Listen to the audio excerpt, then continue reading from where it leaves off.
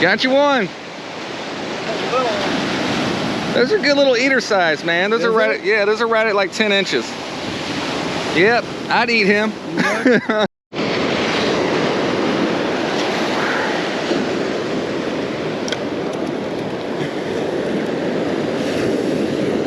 Got one running in on me here. Ran in on me all the way. Where you at? There he is. There he is. There he is. That's a bigger fish. That's a better fish. This is on the sand flea fish bites. So I've had all rods go off at this point, different depths, except the big boy rod. This might be a pompano. This might be a pompano. Come on. Come on. Double pomp.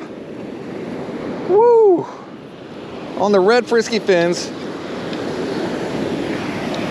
They are undersized, but that's a great sign.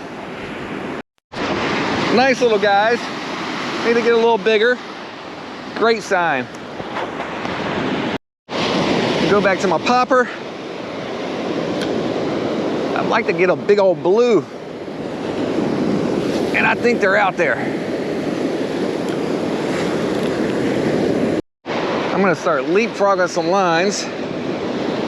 It seems to have turned off. It's been about 20 minutes since my last catch. Those double pompano. So I'm gonna leapfrog a few, just kind of move down the beach a bit. All right. This first one I leapfrog. Getting a little nibble.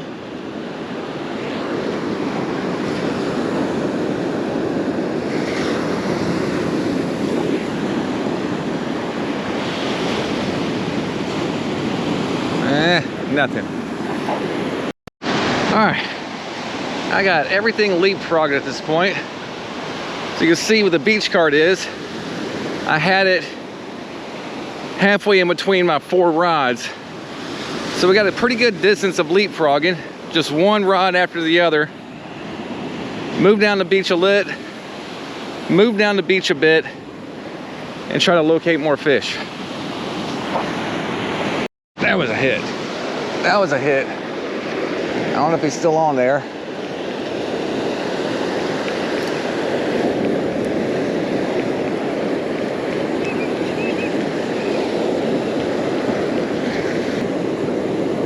No. All right.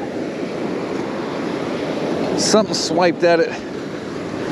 I'm gonna use the sinker guy method here to target some whiting up close. Just got a little kale hook, shrimp, and one little bead that's actually on the hook. That is the sinker guy method. Single drop, 2-ounce weight on my 8'6" Ninja Dagger. We'll get this guy right off the beach. See if there's anything swimming up close. One lady was staying up there. Probably gonna say something. So be prepared to call her. Well, she can say something and we'll just call the law. I mean, it happens all the time.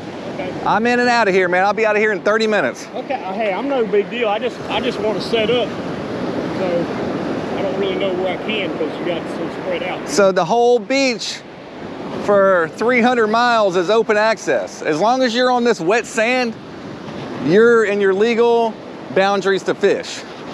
Yeah, so I mean, you can set up anywhere, man. Yeah, it's when you start setting up out here. So sometimes this tide line might be right here. So you just gotta look for the wet sand and you're able to set up. Catching anything? Whiting, yeah, basically? whiting, a couple pompano, some ladyfish. I come to fish that when that temperature dropped this morning, I ran out here. And it was fire for a second, but it's died off. I'm gonna give it about half an hour and get out of here. All right, well, I'm gonna be right down here. Yeah. I can fish on the wet sand, anywhere I want. In front of condos, in front of beach houses.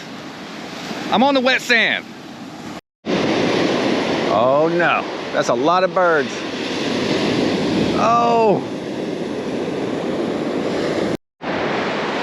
This dude seriously just posted up right next to me. like, here's my flip-flops. That's my rod. There's homeboy. He's bringing big canopies out. I guess he is just setting up camp here. Look at all these birds. These birds are scaring me.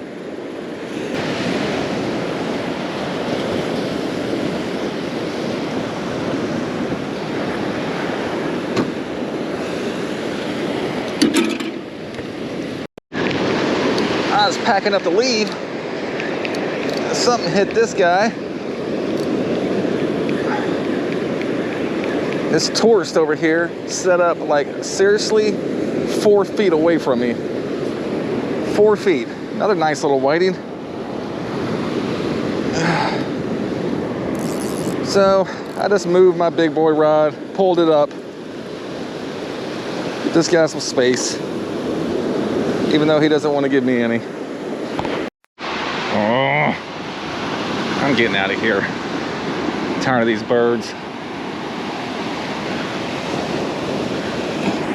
I got another angler down here who came up after me. He looks like a tourist, and he gave me proper space, so he's going to be rewarded.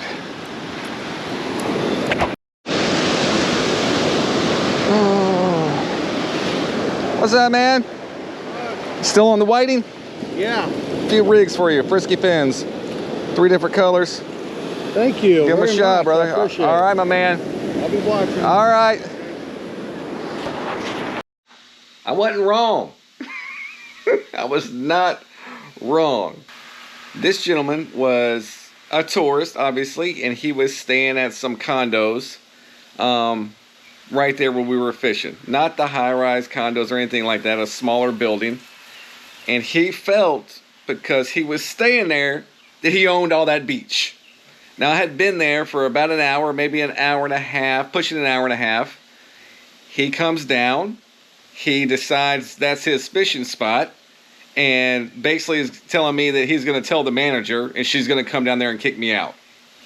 Like, what are these people thinking? They don't have any idea of what goes on in our fishery around here. They have no idea about regulations. They have no idea about the laws about fishing the beach. But because they're staying there, that's their beach. And I needed to move, is basically what he was saying. He said my spread was too big. I had a normal 4-rod spread. I ended up pulling up that 3rd rod because he posted up right next to me. And that tells me right there, this guy has no idea about beach fishing. He has no idea about beach etiquette. There was 300 miles of Panhandle Beach that this gentleman could fish, but he has to fish right in front of his condo. It's aggravating, y'all. It's aggravating. Like, we get up early. They're 5:30, 6 o'clock in the morning, and these guys come moseying down at like 9 and decide that's their fishing spot and I need to move. Have nothing against a tourist. I make my living through tourists, but I own property and run a business, 2 businesses really, with my wife in Perdido Key. Fish it, if not every day, every other day. And I don't know what I'm doing. Aggravating.